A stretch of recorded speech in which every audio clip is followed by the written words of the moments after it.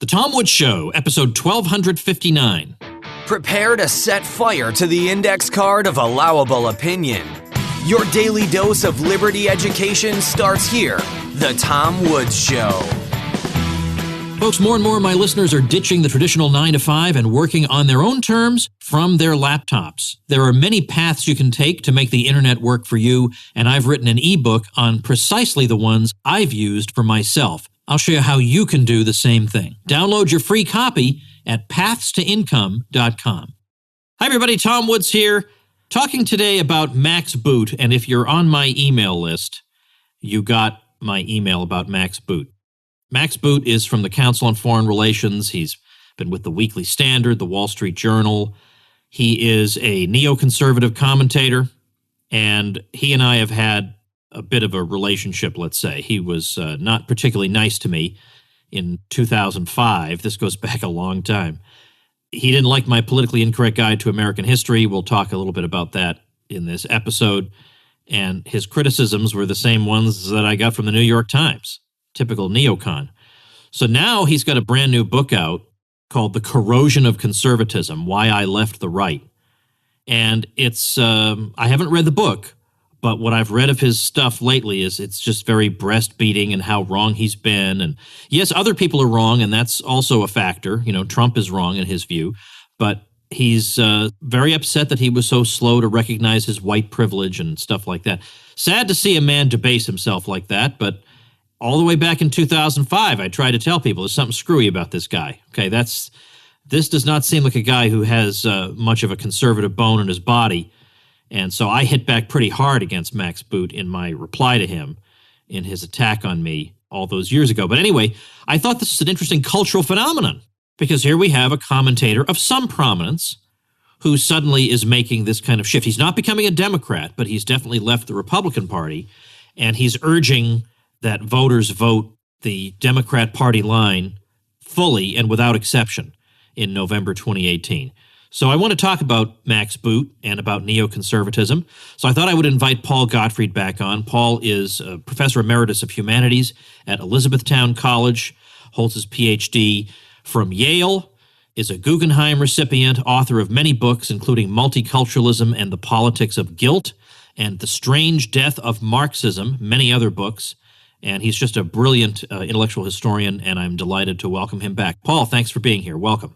Well, thank you for having me once again. Before we jump into Max Boot, I want to bring something to your attention you might not know about, but our friend Walter Block over at Loyola University New Orleans reached a very interesting milestone the other day, and maybe you saw it on the Lou Rockwell blog, but he's now published 100 peer-reviewed articles co-authored with undergraduate students. Mm-hmm. Now, I don't know of anyone who's even tried that, much less reached 100 such articles. Right. So you would think, Paul, you must, with your long history of knowing how college administrations work, you must think to yourself, why, the university must be shouting this from the rooftops. This is amazing. We have a professor who does this for our students. We're so proud to have Walter Block at our university. You'll never guess, Paul, not a peep out of them. No, that doesn't surprise me. If he had done 100 articles, peer-reviewed articles done with his students on transitioning transgendered people, I'm sure the university administration would be proclaiming this from rooftops. He has the wrong politics. He's a libertarian, and this is obviously not what university administration wants to encourage or wants to be identified with. And he doesn't believe in the gender pay gap and some of the fashionable things. Right. So he's a sexist and whatever. But that's, anyway, pearls before swine, I guess. But the rest of us think that's pretty darn good. Yes. All right, let's talk about Max Boot. Now, I have a little bit of I don't want to say a vendetta, because that would make it sound like I think about Max Boot. I'd give him no thought whatsoever. Mm-hmm. But my awareness of his existence, as I pointed out in my email newsletter the other day, goes back to my Politically Incorrect Guide to American History book, which the print edition of the Weekly Standard wrote a short but favorable review of. Mm-hmm. And Max was just beside himself. So he said, well, I'm going to review it on the website. They already reviewed it, but he wanted it to be negative. So he wrote this negative review. But as Pat Buchanan pointed out, Max's review is the same review the New York Times would give. So he's got basically an establishment view of American history. So I knew even then the guy was one of these phony baloney so-called conservatives. And now that he's saying conservatives and Republicans, we ought to, he says, we vote straight line Democratic ticket in November. Well, look, I could have told you that 14 years ago when I first had my first dealing with him. So what do you know about this guy? What's your impression of him? Well, my impression of him coincides exactly with yours. I do know his family. You know, I know David Froome's family. I know Max Boot's family. His father, believe it or not, is on the far right. In fact, I think every day he mourns the execution of Charles the Martyred King of England. He converted to Anglo-Catholicism, and the last time I saw Alex Boot, Max's father, he was defending divine right monarchy to me. He utterly despises the son. Oh my gosh, I had no idea. Yeah, that's remarkable, isn't it? Yeah. Oh my. I mean, in a way, that's almost a personal detail that I feel slightly guilty even knowing about. Right. But the two do not get along. I've never had the impression that Max Boot even fit the minimal requirements of conservatism prescribed or established by neoconservatives. I simply assumed that he was an ordinary Jewish liberal who took, stronger views on interventionism than most other Jewish liberals would. But I've never found any example of deviation from what was sort of the established left liberal position on any social cultural issue in Max Boot's writing. It sort of reminds me a bit of Jamie Kirchick, though I don't think they have the same sexual orientation. He's somebody you would think would be on the left, would be associated with the left. I suppose Jennifer Rubin might be another example of that, yet for some reason keeps popping up as a so-called conservative writer. And, I think that this may indicate how far to the left the conservative movement under neoconservative guidance has moved. Neoconservative and media conservative guidance has moved. But I think by now Max may have positioned himself, even outside the, one might say, the leftist parameters of the so-called conservative movement. I actually think people like the folks you just described, including Boot, would have been on the edge of the Democratic Party of 1960. Absolutely. Given their social cultural views, right? They would have basically been unwelcome.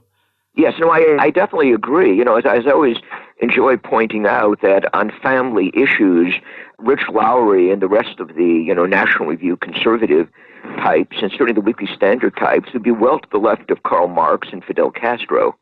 I mean, I don't see anything that would suggest to me that they're social conservatives, except by comparison with the more extreme cultural leftist types whom they engage in ritualistic debates with. There's absolutely nothing conservative about these people on social issues. He writes a book, he's got a book out now called The Corrosion of Conservatism, Why I Left the Right. Mm-hmm. Now, I have not read this book. I don't want to comment on something I haven't read. But on the other hand, I have read his columns. I've read his Twitter feed. I'm pretty sure I know what he's going to be saying in there. But right now, he's basking in the media glow that is shined upon somebody who has this change of heart, because the media is all saying, why, Max Boot has grown. And he's saying, well, thank you very much. And it's in large part due to your wonderful journalism. But of course, I'm still learning. Who would debase himself like this? I'm embarrassed for the guy. No, I'm not sure that I'm embarrassed by him. I think what he's doing may be professionally useful. One of the arguments I've been making of late is that people like Max Boot can certainly rejoin Conservatism Incorporated at any time they say, gee, I was wrong and maybe we should have voted Republican and I'll vote Republican next time. I mean, there is a fixed number of actors in the conservative movement, even though they try to bring along new people like Ben Shapiro. But, Boot has been sort of kicking around in that movement for a long time. He was on the editorial board of the Wall Street Journal. He wrote regularly for National Review at one time. I saw him on Fox News even before he was humiliated by Tucker Carlson the last time he appeared on Fox. But I think there is an opportunity for people like Bill Kristol and Max Boot and others who have wandered, or David Froome, who have wandered a bit too far to the left, to rejoin the movement at any time they want. They're not going to take us into the movement, but they'll certainly take back these, straying sons or daughters who simply, have a change of heart again. So I don't think Max Boot has even closed all doors leading back into the conservative mansion. I think he can return there if he simply indicates that he was wrong about this election. That could well be. Now, I'm looking, let's point out that we're recording this on October 10th, and I'm releasing it on October 11th.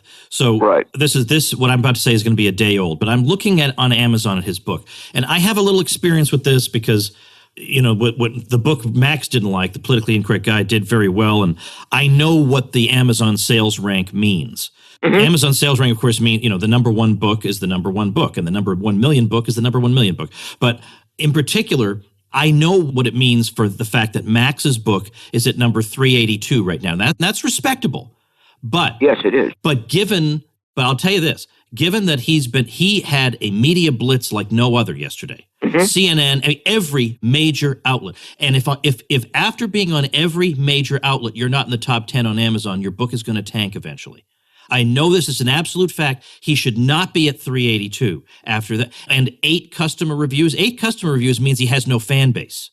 Because right. And no, I think you're absolutely right. You'd have 50 reviewers who got that book, read it that night, and reviewed it for you if you had any kind of support base at all. He has nothing. Nobody says I'm a Max Boot fan. So he's completely isolated out there. But I'm telling you on this, with that kind of media, he should not be at 382. And I think the reason for this is, frankly, who the hell wants to read this book? Conservatives don't want to read it. Who wants to be lectured to? And left liberals, you think they care why Max Boot switched from conservatism? Why would they want to read a book about that? They read his column in the Washington Post. That's all they need. Who's the audience for the book? I would guess it would be other neoconservatives who have, moved into the Democratic camp in the last 6 months. No, I agree with you. I mean, I have no idea who would buy his book. I have no idea who would even read his columns. They're soporific.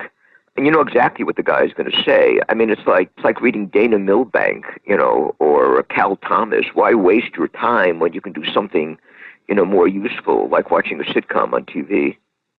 Now, we haven't yet gotten to the part of Boot that really, really got me a few months ago, before I even knew he had a book coming out, when he announced on Twitter, or he linked to an article he had written, in which he came clean and said, all right, look, I now understand that I enjoy white privilege, and I'm going to be learning more and more about the benefits I get from this privilege and the ways that disadvantaged people have suffered, conversely, and on and on.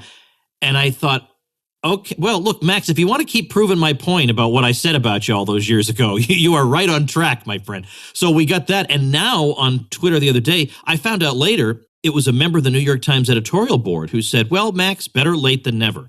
But remember, we have people in America who have 300 years of experience. I don't think these people are 300 years old. I think I know what she means. With racism in America, and it's time for you to listen to them. So she gives him a little condescending lecture, never a condescending lecture about all the avoidable wars he supported. Those people who died in those wars aren't even people. We don't even need to mention them. But so she gives him a little condescending lecture, and instead of telling her to go take a hike and you can stick your condescending lecture, he says, absolutely, I'm still in learning mode. A lot of things that have been obvious to other people are only now becoming obvious to me. And I thought, oh my gosh, I mean, maybe he does get some professional benefit from this, but I don't care what the professional benefit is. I could not live with myself doing that. Well, I fully share your view, but I don't think his behavior is alien to Conservatism Incorporated. I've watched these people on Fox News being lectured to by black race hustlers. They hardly respond. I mean, they're terrified that if they say anything wrong, they're going to lose their left liberal friends or their friends in the center left. So this liberal cringe, which you saw him engaging in, is something that, I've seen even authorized conservatives doing. I'm sure he can live with himself. He's making a professional move. I don't think he suffers from a particularly sensitive conscience. I think he may well come out on top, enjoying support from the liberal left, but at the same time not barring the possibility or closing off the possibility of returning to his former friends in the conservative movement. Well, again, this could well be. This Yeah. could well be what you're saying about strategic moves and so on. I still just I try to imagine myself in the shoes of people like this, and That's a mistake. yeah, that's where I'm going wrong, right there. Right. All right. He says that what he's hoping for is that maybe out of the wreckage of the Trump years, out of the ashes of that, we might be able to create what he calls some kind of sensible center-right party. Now, that sensible center-right party, again, would be on the left wing of the Democratic Party of 1960. But Right. what I want to know is, what do you think the prospects of the Republican Party are in the wake of Trump? Because clearly, I mean, Trump is a phenomenon that I know Sam Francis pointed to in the 1990s, but it wasn't really materializing, and a lot of people kind of gave up on it. I don't think you and I could have predicted there would be a Trump like this. So in other words, this actually is a surprise to me, which is nice once in a while, because I'm never surprised, and I like to be surprised once in a while. But so given that it's such a surprise and it came out of nowhere, maybe given that, what's the likelihood of that? The fact that such an unlikely thing happened, maybe it has legs, or maybe in 4 or 8 years it gets swept away in the tide of history and we go back to Mitch McConnell. What do you think is the likely outcome? Yeah, I would say that the likely outcome is, unfortunately, the latter. I could easily see, Trump being replaced by a Republican Party that looks more like the Republican Party of the Bush family than like, the populist coalition that he put together. And, I could see Bill Kristol and Max Boot returning to such a Republican Party, which on social issues would be, well to the left of Fidel Castro, but would represent, an adventurous foreign policy committed to global democratic transformation, which would also accommodate the arms industry and generally multinational corporations which give money to the Republican Party. I think that is a possibility. The thing that concerns me is basically the white, college-educated female vote. And those people may have moved, particularly on social issues, irreversibly toward the left. I don't really see them coming back except to a Republican Party that looks very much like the party of the Bush family. And, that's a significant demographic that we're looking at. I also think that everyone, one might say, but, white Christian voters are going to be allied with the left. And the Republican Party that they vote for is one that will emphasize that it is economically or fiscally conservative, whatever the hell that means, but also socially sensitive.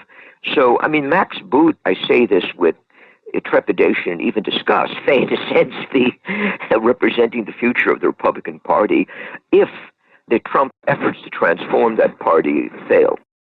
Well, every now and again, in fact, just I think a few days ago, as a matter of fact, somebody will say to me, the Democratic Party is in big, big trouble. Like, they are going down and it's not looking good for them. And I wonder about that. I mean, not that, obviously you can tell from what you and I are saying, we're not holding out a lot of hope for the Republican Party either, but geez, just when you think, boy, those Republicans are terrible, then you look at the Democrats, you say, oh, geez, now I remember what their problem was.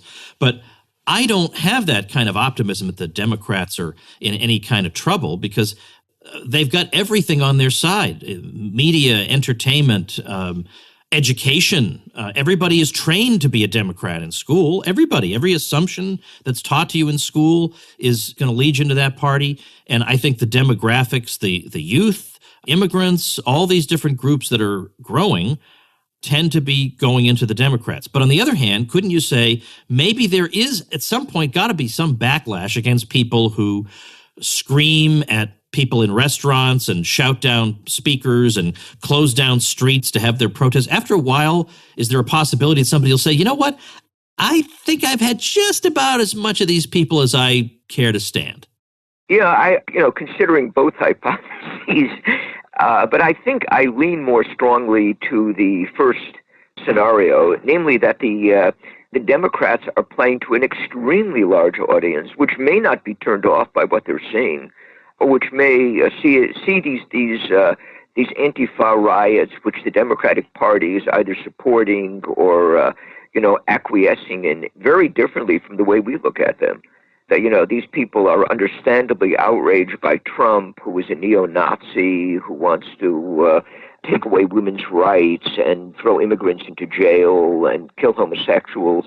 I mean, I hear these things from academics all the time. And if you look at polls, for instance, the people who were for and against Kavanaugh, as far as I could see, the majority were anti-Kavanaugh, right? Even though he was treated disgustingly by the Democrats, even though their outrageous behavior was unprecedented in the way that nominees to the Supreme Court are usually dealt with by the Senate, there was more acceptance of that than rejection. There were also more people who believed Christine Ford's stories, even though they were full of holes, than, rallied to the defense of Kavanaugh and his family.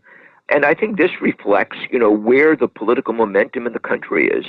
And I totally agree with you. I think demographics, the effect of the media, the educational system, et cetera, all are inclining the population that we now have more and more toward the left. I don't know where the right is going to come up with its votes. And I say this with profound pessimism, since I obviously loathe the left, the cultural left, even more than the Marxist left. But I'm extremely gloomy about the prospects of any kind of right-wing revival in the United States.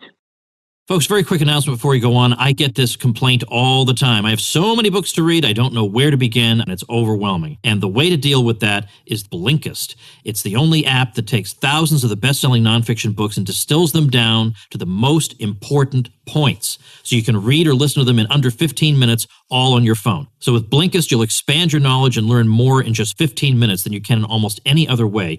Plus, you can listen anywhere. I like to listen to Blinkist while I'm driving. I'm always taking the kids here and there, and I've got Blinkist to keep me company. The Blinkist library is massive, from timeless classics like Think and Grow Rich to current bestsellers like Skin in the Game. 5 million people are already using Blinkist to expand their minds 15 minutes at a time, and you can get started today. Because right now, for a limited time, Blinkist has a special offer just for our audience. Go to Blinkist.com/Woods to start your free 7-day trial. That's Blinkist, spelled Blinkist, Blinkist.com/Woods to start your free 7-day trial. You can cancel anytime.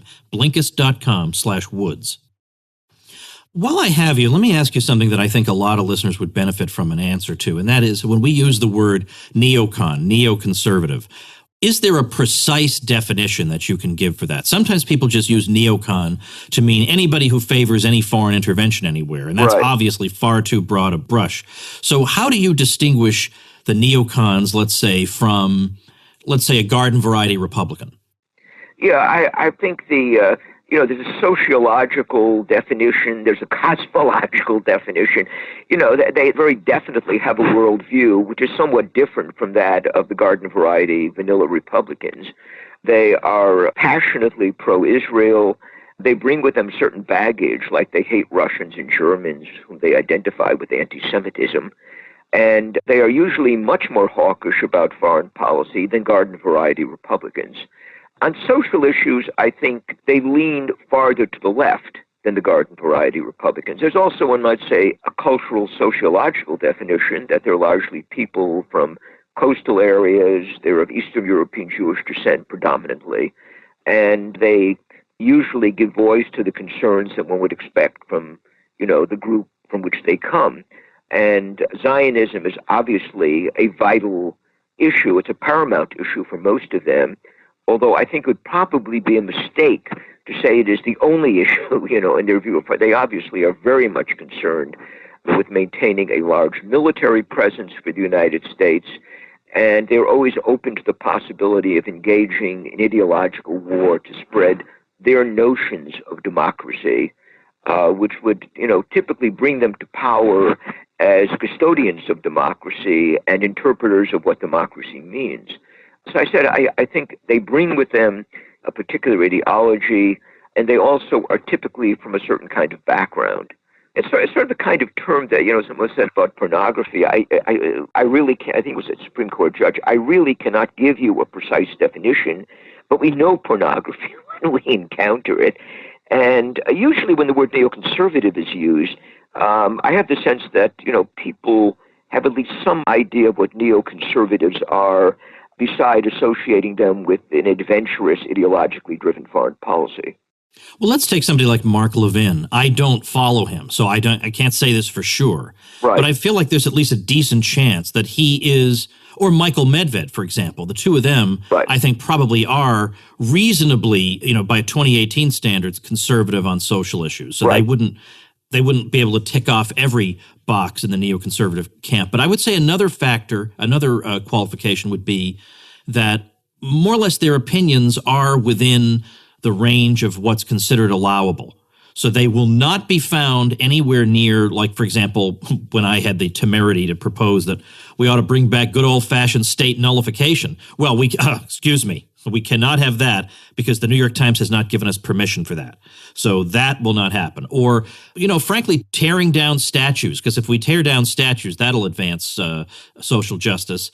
We're going to do the Jacobin tearing down of statues. And by the way, when I say Right. I'm against the tearing down of most of these statues, I get pushback, but I don't care. I think this is silly leftism. I mean, for crying out loud, Jimmy Carter stood in front of a Confederate battle flag. Jimmy Carter. Right. So now Jimmy Right. Carter. Right. Are these people going to be afraid of Mr. Rogers next? This is ridiculous. They're just inventing things to be concerned about. But of course, the neocons would be of course we have to take dictation from what leftists tell us about such and such cause. They are Right. absolutely sure to be on the so-called right side of history on issues like this. Yeah, I think those examples are interesting. Mark Levin, who runs some kind of conservative network consortium, prohibits his employees or people associated with his enterprise from appearing on any program with me. He's specifically forbidden this.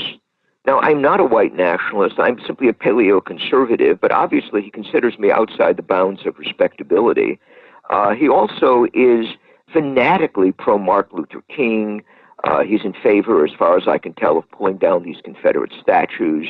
Michael Medved is probably somewhere to the left of Levin, and he was very critical of Trump, and he was very much a supporter of the Bush family. Both, I think, easily fit within the neoconservative camp, though I would agree they probably, particularly on social issues, lean toward the right within that camp. But both, I think, are identifiably neoconservative. I was looking on my feed. I want to just talk for a minute about Trump.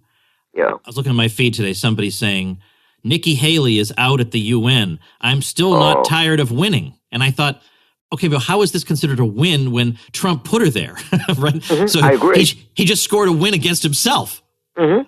So this is the thing about Trump, is that I was just on the phone the other day with a friend who could not possibly be more anti-war, who has been very anti-Trump, but who acknowledges, look, the fact is that in his heart of hearts, even though he's not going to completely go to bat for it, he doesn't know what we're still doing in Germany. He wants to get troops out of a lot of places around the world. That's what they hate him for. Mm-hmm. And so this is even a guy who might even be a little bit left on some things, but he says, look, that's what they hate him for.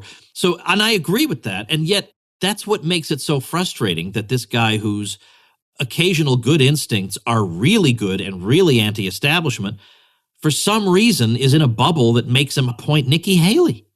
Yeah, that's because he really does not have very much knowledge of the right. I don't think he has particularly deep political convictions besides being some kind of generic patriot, and wanting to protect American jobs. I think he understands very little about the actors in the conservative movement and, who supported him. I found the appointment of Nikki Haley particularly weird, since she had been vocally anti-Trump.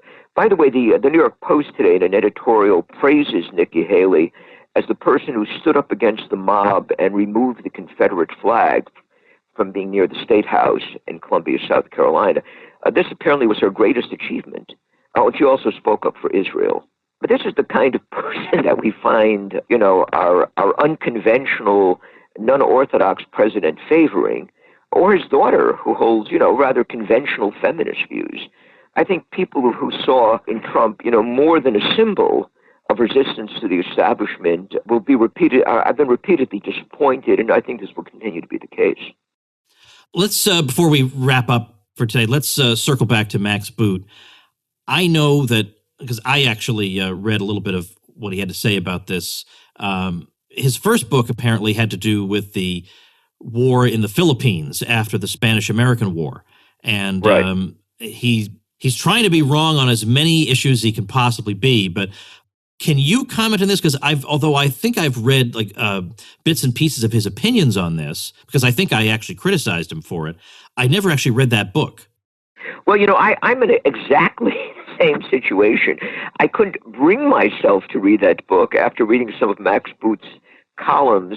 It would be interesting, however, if you looked at it, because I'm wondering if he justifies the the suppression of the Filipinos by the American government because it resulted in tens of thousands of deaths. And by the way, it made a very strong impression on European countries. I mean, they thought that this was, just something you don't do, and it looked bad. Max, I think, does point out in this book, or so I read in a review in the Wall Street Journal, that some people may have noted an incompatibility between democracy and what was done to the Filipinos in quelling the revolt. To me, the problem is not with democracy. It was an utterly vicious reaction to what I think was justified. After all, they drove out the Spanish imperialists, and the Americans came in and imposed, at least an equally oppressive form of imperialism. But to answer your question, no, I have not yet read the book, nor do I feel at this point tempted to go back and look at it.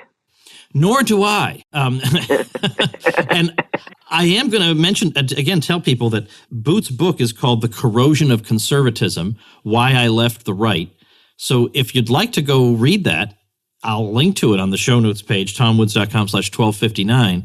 But I guess I would ask myself, I have only one life. I have only so much time for hobbies and reading in that life. Is this how I want to spend that time? No. But it's just such a fascinating case study.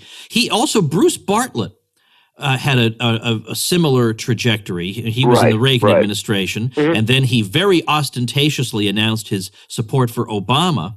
And I think he expected, because he's been very nasty to me over the years. Not that I judge people on the basis of how nice they are to me, although that's not true. I do judge people on that basis. It's inevitable that we do that. Of course. Why wouldn't I? Yeah. And I think he was expecting a big wave of progressive support. And I think what happened was most people said, Bruce who?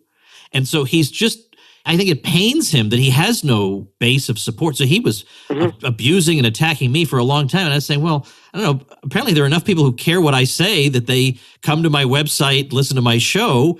And Bruce, why don't you go do something else to have people love you? But I know it's like there's a hole in his heart, and he thought this would fill it, and it just didn't happen. Whereas with Max, I feel like it's much more cold and calculating. Like he's willing to take the slings and arrows if it advances him. No, I think you're absolutely right. And as I said before, I also think that he understands that any time he wants to go back to the conservative movement, they will embrace him, providing he says, I've had second thoughts, I made a mistake, and now I'm ready to support the Republican Party again. Well, we'll see if and when that day comes. Obviously, it all depends on what happens post-Trump. Right. If the Republican Party stays a Trump party, then the benefit of that is Max Boot stays away.